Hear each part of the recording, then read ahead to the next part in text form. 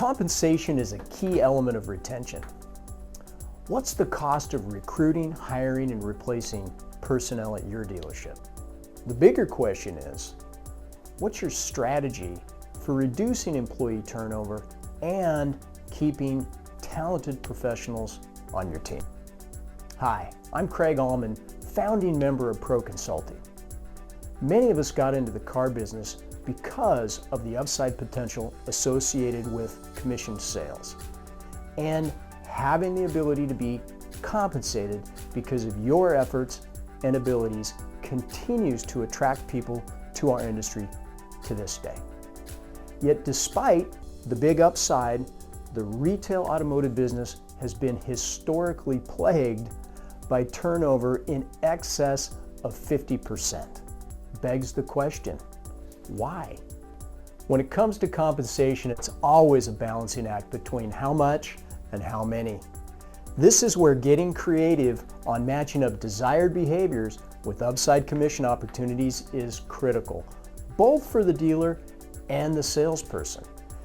And while having the best compensation and controlling cost of sales is tricky, it can be done. In this video, we will focus on motivating pay plans and how a strategic design can help you build high-performing teams that stick around. Strategic design of a compensation plan is going to center around the actions that you expect to achieve the stated objectives. Defining the objectives and creating qualifiers can help produce clarity on the desired behaviors expected from employees.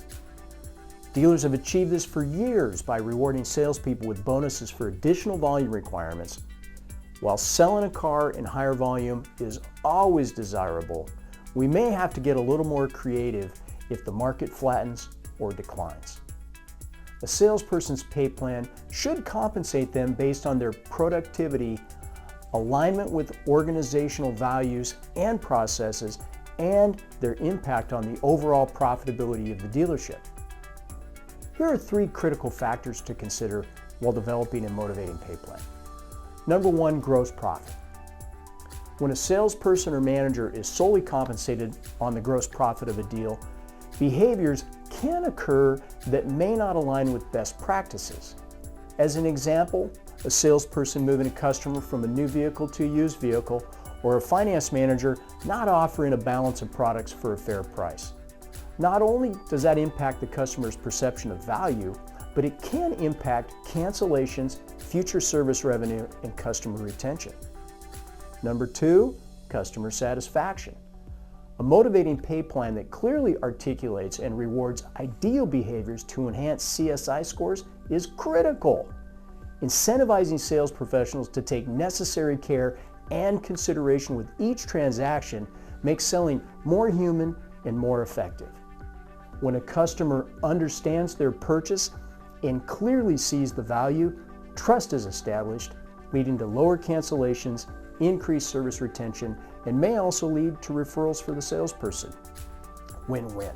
Number 3, upside opportunities. When it comes to the finance department, tying gross profit objectives to a balance of products sold is critical to create upside income opportunities while controlling the cost of sales. Defining departmental goals for both revenue and product sales helps produce income for the dealership that is balanced and fair to the consumer, while presenting a challenge for finance managers that allows them to perform beyond their own expectations and improve their earnings. Every dealer has preferences when it comes to motivating pay plans, and these factors, along with strategic structuring of bonuses, can work within any dealer comfort zone. The bottom line is that individual compensation should be tied to success of the dealership.